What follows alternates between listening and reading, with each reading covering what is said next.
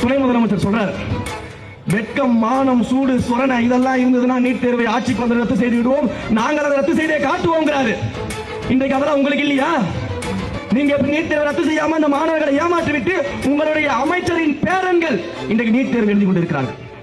இப்படிப்பட்ட ஒரு சூழல் ஒரு ஆட்சி நடந்துகிட்டு இருக்கு. இது போன்ற ஒரு ஆட்சியை 2026 வீட்டுக்கு அனுப்புவதற்காகவே இன்றைக்கு நம்முடைய தமிழக வெற்றி கழகத்தின் தலைவர் அவர்கள் தான் நம்முடைய முதல்வர் வேட்பாளர் என்று நாம் அறிவித்திருக்கிறோம்.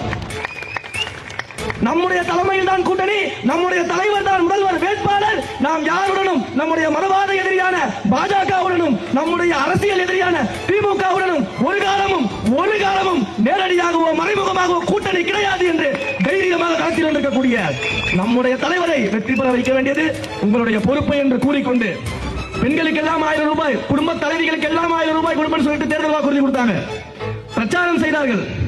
ஆனா அனைத்து குடும்ப தலைவர்களுக்கும் 1000 ரூபாய் கொடுத்தாங்களா? கொடுக்கல. தகுதி வாய்ந்த குடும்ப தலைவிகளுக்கு, பெண்களுக்கு மட்டும்தான் 1000 ரூபாய் கொடுப்பேன் அப்படின்னு ஏமாத்தினாங்க. அப்ப நீங்க தேர்தல் வாக்குறுதி கொடுக்கும் பொழுது தகுதி வாய்ந்த பெண்களுக்கு மட்டும்தானே 1000 ரூபாய் கொடுக்கன்னு சொல்லி பேசியிருக்கணும்.